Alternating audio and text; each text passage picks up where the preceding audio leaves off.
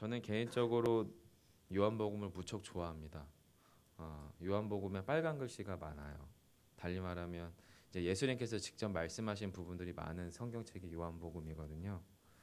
그래서 검정 글씨쯤에다가 또 검정 글씨에 등장하는 인물쯤에다가 저를 대입해 놓고 예수님이 저에게 무슨 말씀을 하시나 그냥 힘을 쫙 빼고 들으면 좀 좋아지는, 편안해지는, 또 뭔가 큰 감동이 밀려오는 그런 느낌을 사실 개인적으로 좀 받아서 저는 개인적으로 요한복음 무척 좋아합니다. 실제로 요한복음은 1장 전체에서 요한복음에 말하려고 하는 주제 자체를 이미 딱 던지고 시작합니다. 주제가 뭔지를 이미 확실히 얘기하는 거죠. 예수님이 누구십니까? 라는 질문에 대한 답으로 요한복음 1장은 예수님은 하나님이시다. 하나님의 아들이시고 당신의 품속에 계신 독생하는 하나님이시다. 그래서 그 하나님 되신 예수님은 하나님과 태초에 함께 계셔서 천지 만물을 창조하셨고 그 우리를 구속하기 위하여 이 땅 가운데 오셨고 부활하신 진짜 하나님이 되십니다. 그러니까 그것을 믿으십시오. 요게 요한복음 1장의 전체 주제이고 요한복음 전체의 주제이기도 하거든요. 그리고 나서 이제 예수님께서 이 땅에 인간의 몸을 입고 오셔서 요한복음 2장에서 첫 번째로 등장하는 표적이라고 하는 건 도로 표지판이라고 생각하시면 될 것 같아요. 도로 표지판에 보면 속도 제한도 있고 우회전하는 길이면 우회전하라고도 하고 신호등을 보면 빨간불이면 서야 되는 것처럼 표적이라고 하는 단어 자체는 표적 자체가 중요한 게 아니라 그 표적이 가르치는 바를 우리가 기억하고 또 그대로 행해야 되는 것이 중요한 거잖아요. 실제로 첫 번째 표적인 가나의 혼인잔치의 표적 역시도 물이 포도주로 변했다라고 하는 것 자체에 그거 어떻게 변했어? 요거에 대한 감동도 물론 우리에게 중요하지만 그 표적 자체가 우리에게 주는 메시지가 뭐냐? 요걸 또 기억할 필요가 있잖아요. 그래서 보면 물이라고 하는 전혀 다른 질이 포도주라고 하는 전혀 새로운 질로 바뀌어가는 거죠. 바로 영적인 질적 변화가 예수 그리스도를 통해서 이 땅에 오신 예수 그리스도를 통해서 우리 안에 일어날 것임에 대한 표적. 이것이 제가 볼 때 가나의 혼인잔치의 의미가 아닐까 싶어요. 놀라운 일이죠. 지금까지도 전무후무한 일일 겁니다. 물이 포도주로 바뀌었다는 것은 전혀 새로운 질로 변화됐다는 것이거든요. 질적 변화를 얘기하니까. 그런데 이 질적 변화가 2장 가운데서 등장하고 나서 3장부터는 이렇게 하나님 되신 예수 그리스도 우리 안에서 새로운 영적 질서와 우리의 영적 변화를 불러일으키는 예수 그리스도께서 이 땅에 오셔서 그 행하신 바에 대하여 오늘 본문부터는 사람들의 반응이 이제 등장을 하기 시작합니다. 실제로는 2장 후반절 성전에서 예수님이 채찍을 만드셔서 성전에서 장사하는 장사치들을 몰아낼 때부터 사실은 요한복음은 의도적으로 이런 사람들의 반응에 대해서 이야기하기는 합니다. 너가 도대체 무슨 표적을 보여주려고 성전에서 이런 일을 행했느냐라고 하는 사람의 질문이 등장하는 거죠. 그러면서 사람들의 반응 중에 오늘 3장 같은 경우는 니고데모라고 하는 사람의 반응, 그리고 4장에선 잘 아시는 것처럼 사마리아 여인에 대한 반응입니다. 여러분 3장의 니고데모와 4장의 사마리아 여인은 같은 집에 같은 공간에 머물 수 없는 존재입니다. 왜냐하면 이 니고데모라고 하는 사람은 유대인 중에 유대인인 바리새인이었습니다. 율법을 가장 투철하게 순종하는 사람이면서 동시에 그 율법을 어떻게 해요? 만드는 사람들입니다. 율법의 주체예요.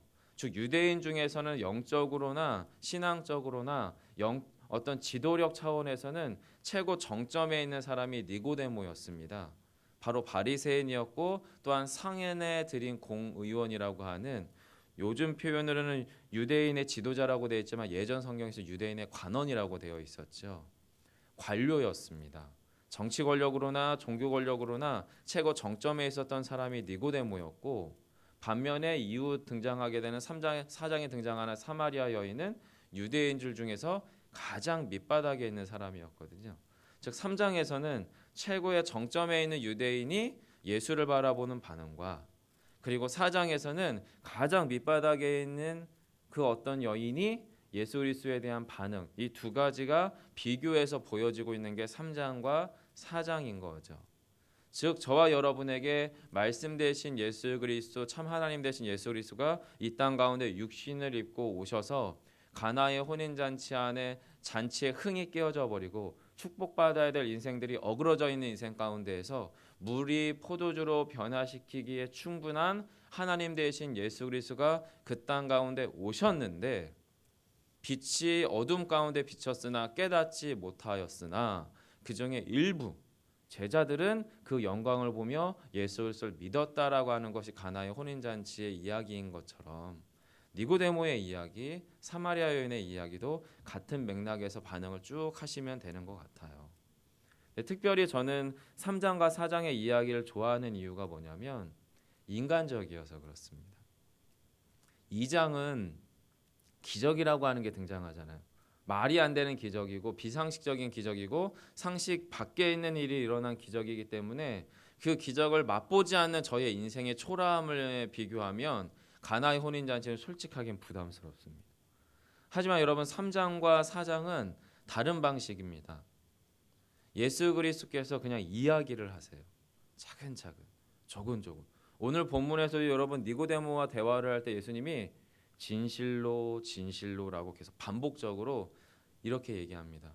한마디로 얘기하면은 진짜 내가 하고 싶은 얘기는 진짜 네가 믿어야 되는데 정말 내 말은 이 말이야 하면서 예수님이 저와 여러분과 1대1로 얼굴과 얼굴을 맞대고는 조근조근 이야기하는 거죠. 그런데 그 가운데에서 무슨 변화가 일어나냐면 마치 돌 항아리에 잠겨 있었던 물이 어느 시점에 어떤 방식으로 어떻게 포도주로 변화됐는지는 모르지만 거기서 갑자기 물에서 포도주 향이 나고 그 입에 댔을 때 포도주의 맛이 나던 포도주로 변화됐던 것처럼 이 니고데모의 대화 안에서 니고데모가 어느 시점에 어떻게 어떤 방식으로 영적 변화가 일어났는지는 모르겠지만 결국에는 예수 그리스도의 제자가 됩니다. 저는 믿습니다.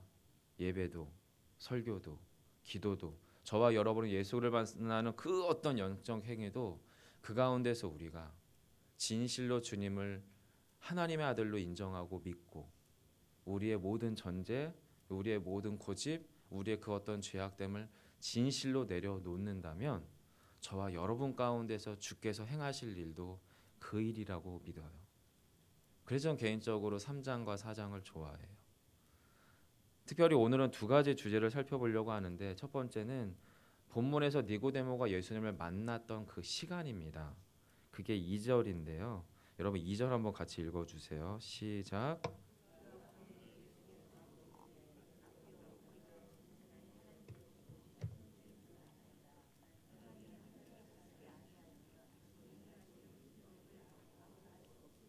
네, 여러분 니고데모라고 하는 사람은 앞에서 말씀드린 것처럼 유대인들의 어떤 시선을 한 몸에 받는 요직에 있었던 영향력 있는 사람입니다.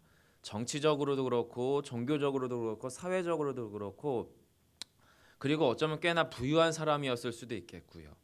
그런데 그랬던 그 사람이 지금 예수님을 찾아왔던 시간은 밤이라고 하는 시간입니다. 밤이라는 시간. 고대인들에게 밤이라고 하는 시간은 현대인인 저와 여러분하고는 좀 다른 의미의 시간대를 의미해요. 저희는 밤새도록 편의점들이 아주 휘황찬란하게 너무나 밝은 빛을 쏴대고 있는 대한민국이라고 하는 땅 가운데 살기 때문에 밤이라고 하는 시간이 굳이 낮이라고 하는 시간과 크게 어떤 차이점을 못 느끼는 시대 속에 사실 저희가 살고 있어요. 그래서 빛도 소음이라고 불려지는 시대에 사실 저희는 살고 있단 말이죠. 하지만 고대인들에게는 가로등이라는 게 없었습니다. 편의점이라는 게 없습니다. 전기불처럼 우리가 원하는 시간에 불을 어둠을 밝히고 어둠을 물리칠 수 있는 그런 어떤 자연적 빛이나 물리적 빛이 충분하지 않았던 시대가 바로 이 고대 시대였습니다. 그래서 역사적으로 역사학자들은 고대인들에게 밤이라고 하는 시간의 의미는 죽음을 의미합니다. 무지를 의미합니다. 예측할 수 없음을 말하고요. 혼란과 혼돈을 문학적인 코드로 사용하기도 합니다. 너무 어두우니까 한 치 앞을 알 수가 없잖아요. 너무 어두우니까 예측이 불가능하잖아요. 너무 어두우니까 무엇인가 내가 내 의지를 가지고 무엇인가를 할 수가 없잖아요. 그래서 밤이라고 하는 시간은 고대인들에게는 죽음의 의미고 정지 상태의 의미고 예측할 수 없는 혼란스러움의 의미이기도 합니다.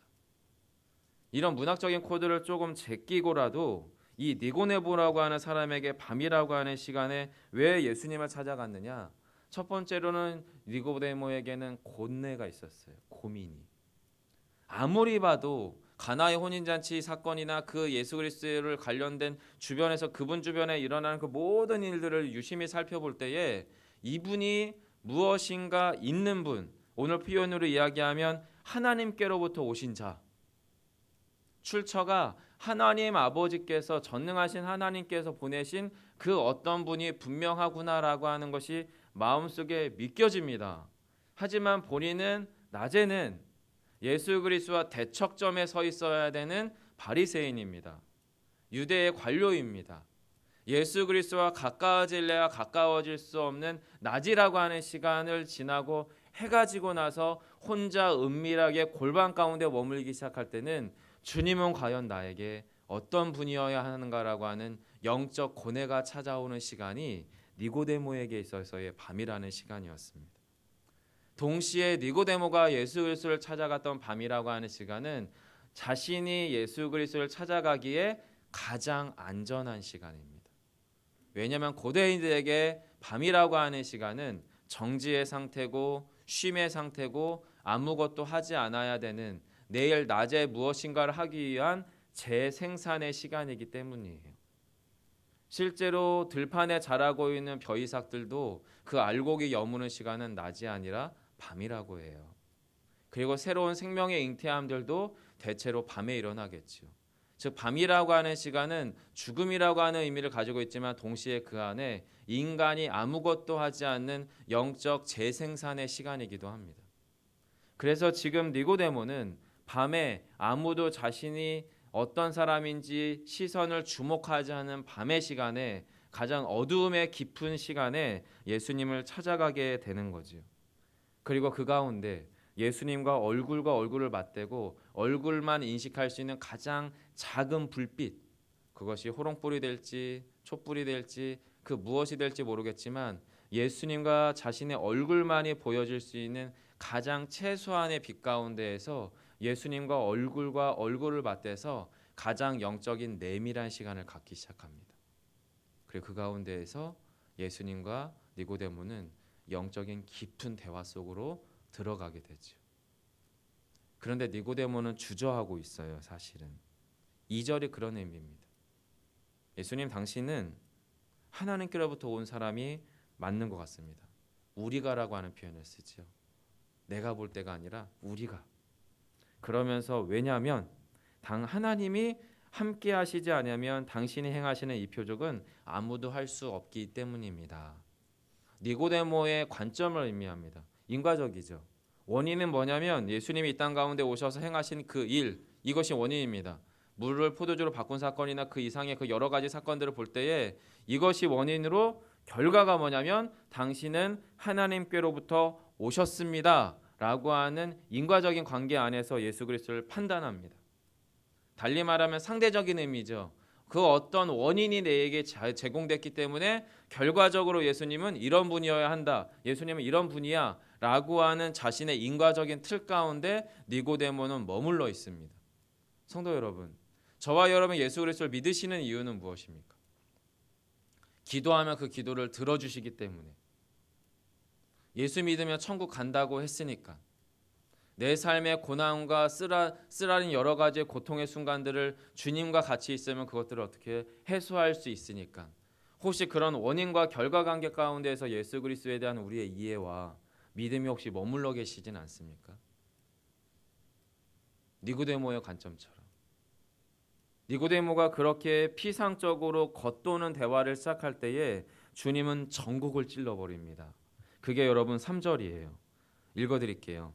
예수께서 대답하여 이르시되 진실로 진실로 내게 이르노니 사람이 거듭나지 아니하면 하나님의 나라를 볼 수 없느니라.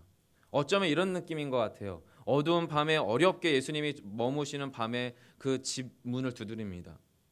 예수님은 예견하셨을지도 모르겠어요. 자그마한 초롱불을 하나 밝혀놓고는 그를 환영합니다.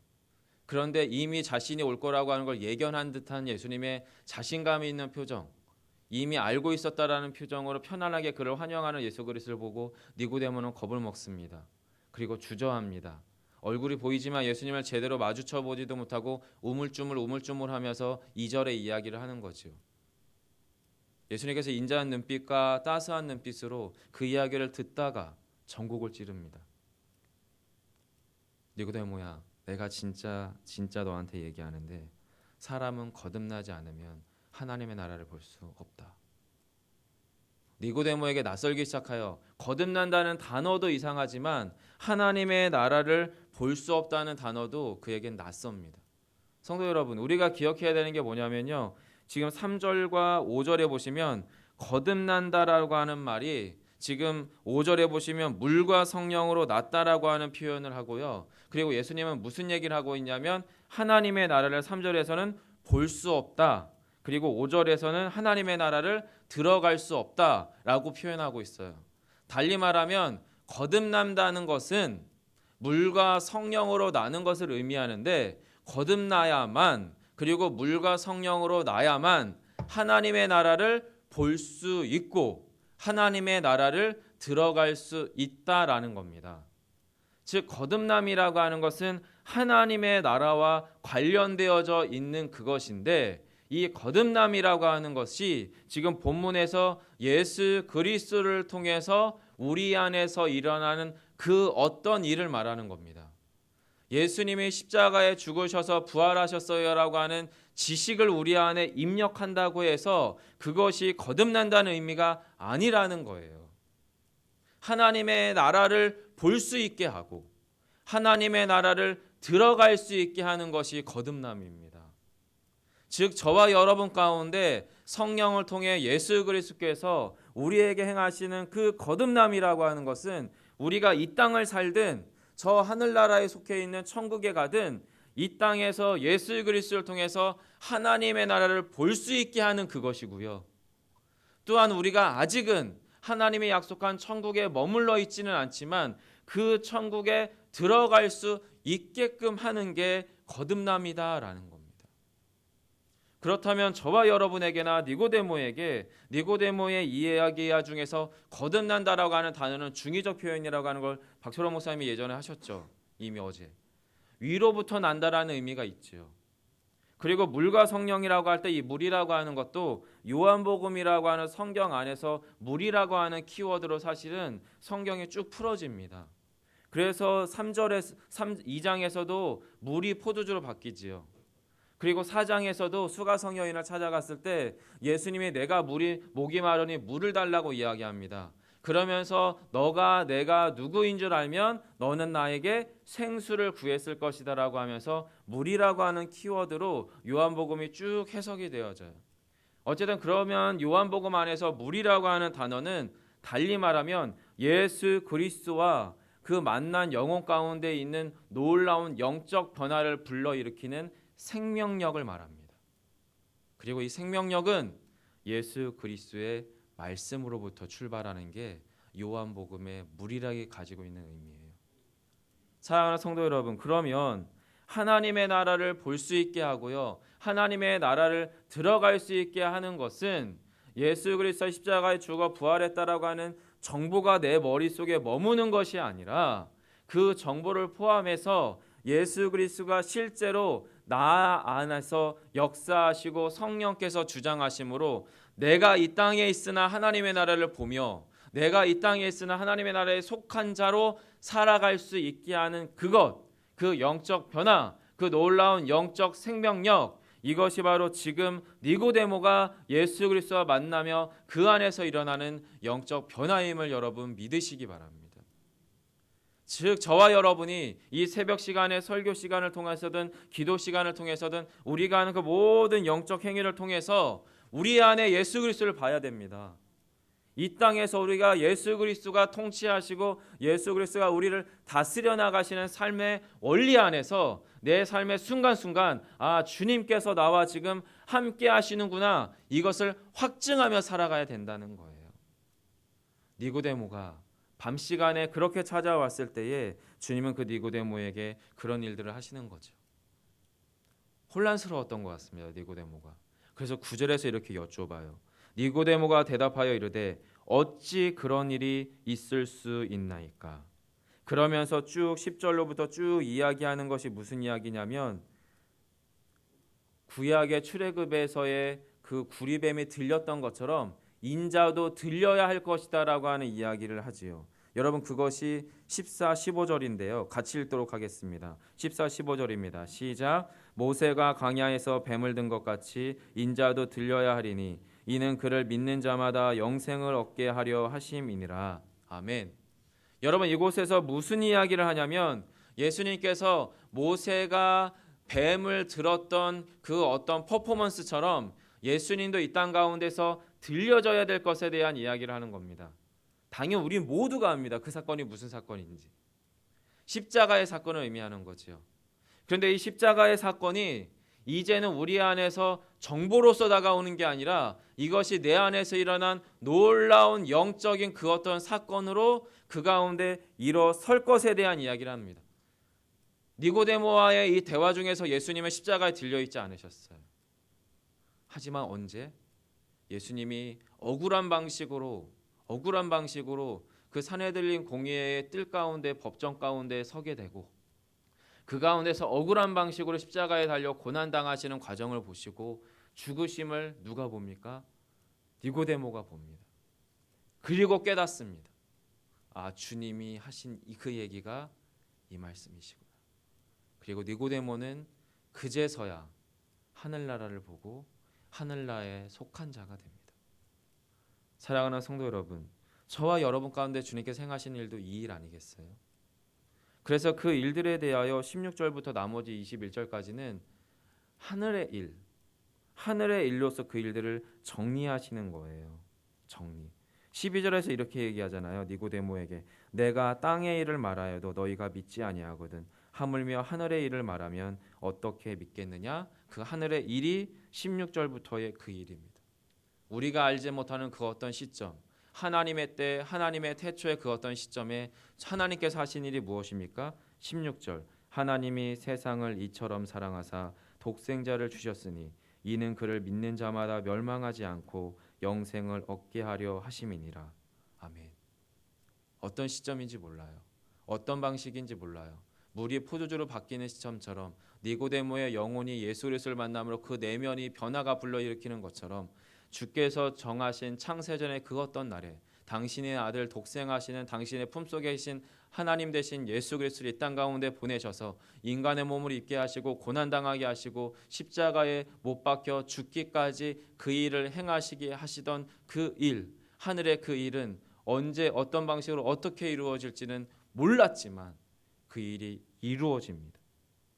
그래서 18절에서 그를 믿는 자는 심판을 받지 아니하는 것이요 믿지 아니한 자는 하나님의 독생자의 이름을 믿지 아니함으로 벌써 심판을 받은 것이라. 이 땅에서의 정죄는, 이 땅에서의 하나님 없음은 여러분 우리가 그 어떤 누구에게 거짓말 한번 하고 누군가를 해입힌 것 이것도 물론 죄이지만 이 땅 가운데 빛이 왔으나 그 빛을 미워함으로 오히려 어둠을 사랑함으로 빛 가운데 거하지 않으려 하는 우리 안에 불신앙이 가장 근본적인 심판이고 이미 받은 정죄라고 성경은 얘기하고 있는 겁니다.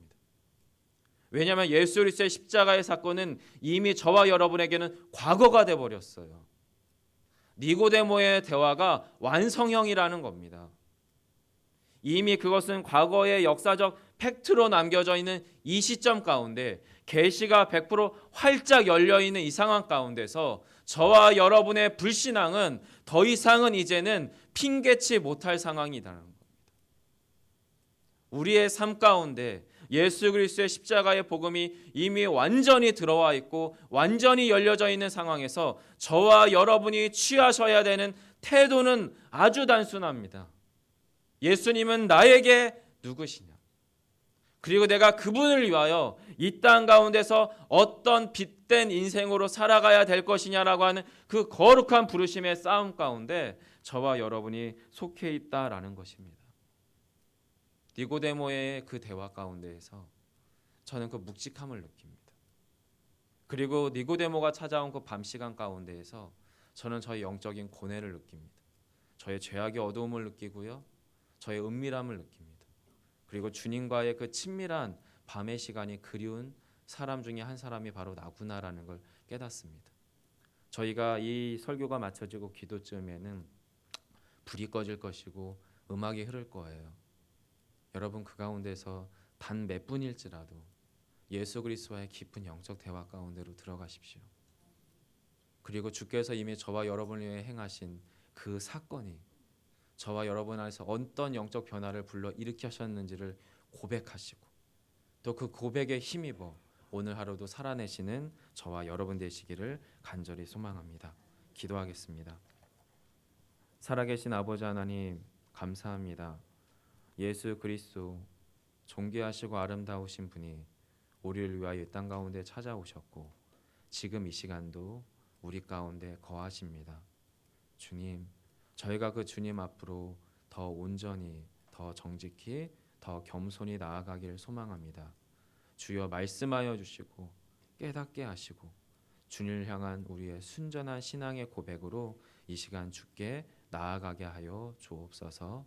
그리하여 우리 안에 행하신 하늘의 그 놀라운 일, 십자가의 감격이 우리를 다시 한번 되살리는 거룩한 영적 시간 되게 하시기를 간절히 소망하며 예수님 이름으로 기도합니다. 아멘. 하늘에 계신 우리 아버지여